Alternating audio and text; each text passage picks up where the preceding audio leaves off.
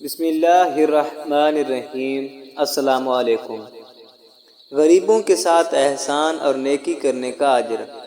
معمر بن خلود امام رضا علیہ السلام سے روایت نقل کرتے ہیں کہ حضرت نے فرمایا، بنی اسرائیل میں ایک شخص نے خواب میں دیکھا کہ اس کے پاس کوئی شخص آیا اور اس نے کہا، تیری عمر میں آدھی زندگی آرام و سکون اور خوشی میں گزرے گی اور آدھی دوسری زندگی پریشانی تنگ دستی میں گزرے گی۔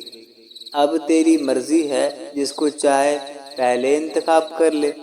اس نے کہا، میرے ساتھ میری شریک حیات بھی ہے، بہتر ہے پہلے اس سے مشورہ کر لوں۔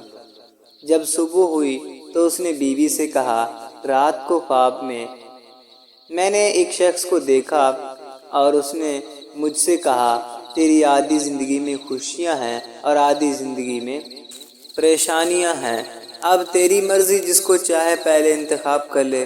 اس کی بیوی نے کہا، پہلے خوشی کو انتخاب کر لو۔ اس نے اپنے شریک حیات کی بات پر عمل کیا اور پہلے خوشی کو انتخاب کیا۔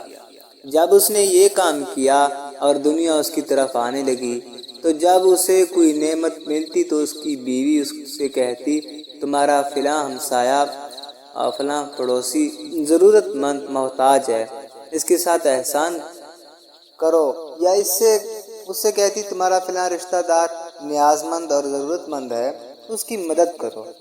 اس طرح ہمیشہ جو بھی اس کی نعمت ملتی وہ غریبوں اور محتاجوں کی مدد کرتا اور اس نعمت کا شکر ادا کرتا۔ اس طرح اس کی آدھی زندگی خوشیوں اور فراوانی میں گزری، اور جب دوسری آدھی زندگی شروع ہوئی تو اس کی بیوی نے کہا، اللہ نے ہمیں نعمت سے نوازا اور ہم نے اس کا شکر ادا کیا، اور یقیناً اپنے وعدے پر وفا کرنے والا ہے۔